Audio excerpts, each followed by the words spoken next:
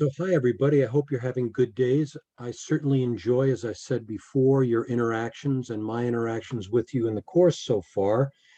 And I wanted to just check in with you and give you a couple of more thoughts about idealism to sort of round out our conversations for this week. Now, idealism is particularly important because prior to idealism, there really wasn't a, a an idea against which other philosophers and other thinkers could react. So, a lot of what we're going to be talking about after idealism are responses to Plato's ideas about reality and what reality is, and education and who the teacher is. So, one important distinction to think about when it comes to thinking about Plato is this idea of the physical and the metaphysical. So, the physical is this table, those pictures, myself, this lamp, that window, all the different things that I can see, the things that I can hear, touch, taste, and experience in the world somehow. So that's the physical side of things, the sensory side of things. In the allegory of Plato's cave, that's taking place at the bottom of the cave. In other words, as we look out at reality and sense it and hear it and see it in different ways, those are only shadows of what reality really is. So, to Plato's way of thinking, this particular plane on which we exist, as important as it might be, is only a representation of what is actually, truly real and what is perfect.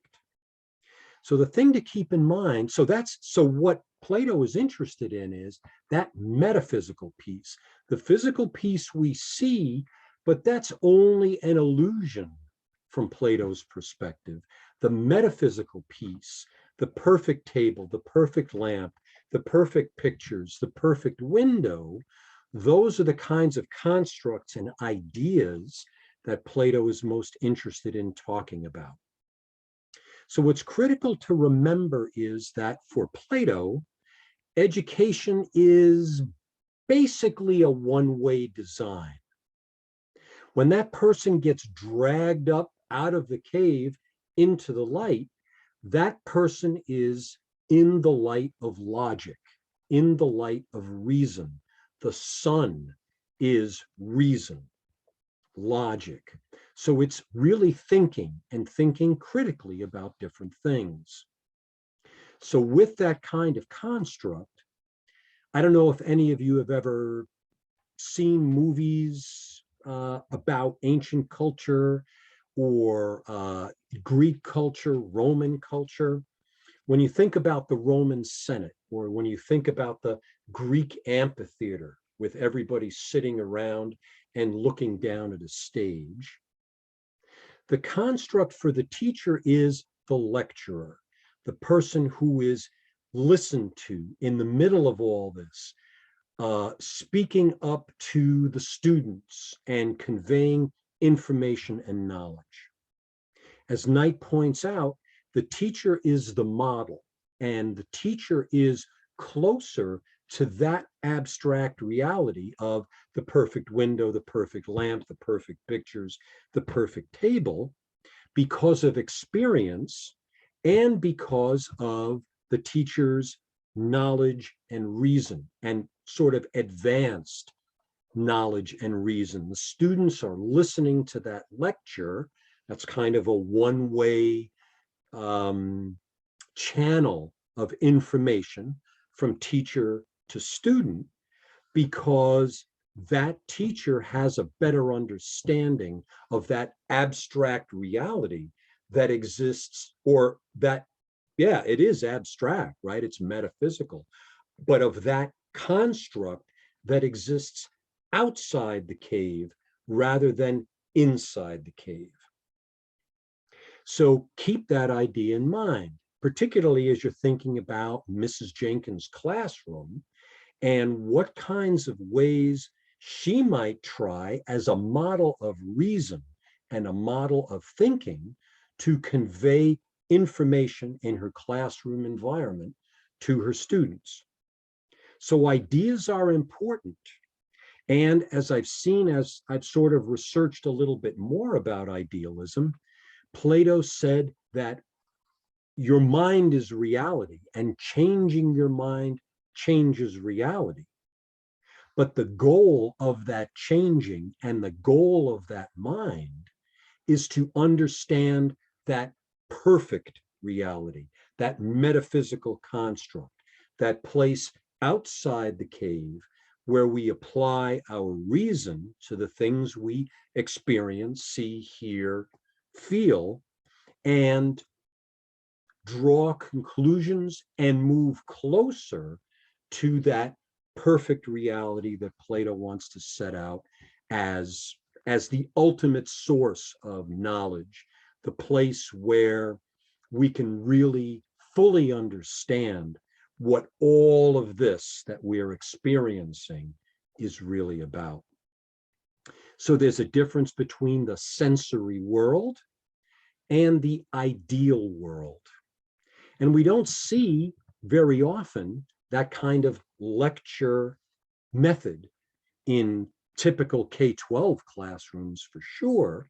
Well, that's because, as I said at the beginning, there's been this steady response to idealism, where the teacher is not always acknowledged as the single best source of understanding and the single best source of knowing. But we know that there are other resources. There are books, there are videos, there are activities, there are other classmates who also have knowledge and also have an understanding in their own way of what's real. Plato is less interested in that. He's really interested, and idealism is interested in, through this reality, out of that cave, finding that ideal understanding and that perfect table, perfect love, perfect knowing, perfect justice. All of those things exist as constructs, as constructions in that perfect ideal realm, somewhere beyond our own sensory plane. So the teacher is the source, but the teacher is also the model. So the teacher may know things, but with that Socratic questioning, has come to know more and more and more about what that ideal plane looks like. And that Socrates did, that we saw in that video that's just above me, in that conversation or in that lecture that person had. So the teacher is the model because the teacher poses questions, and the student learns, according to Socrates, by posing additional questions. So that's part of what our discussion boards are about, getting into the habit of not only answering and commenting, but also asking more questions, because as we do, we come closer and closer to what's real. So what's real for Plato, that perfect reality, that truth that is unchangeable, eternal, and exists through reason, pure reason, what we can think about.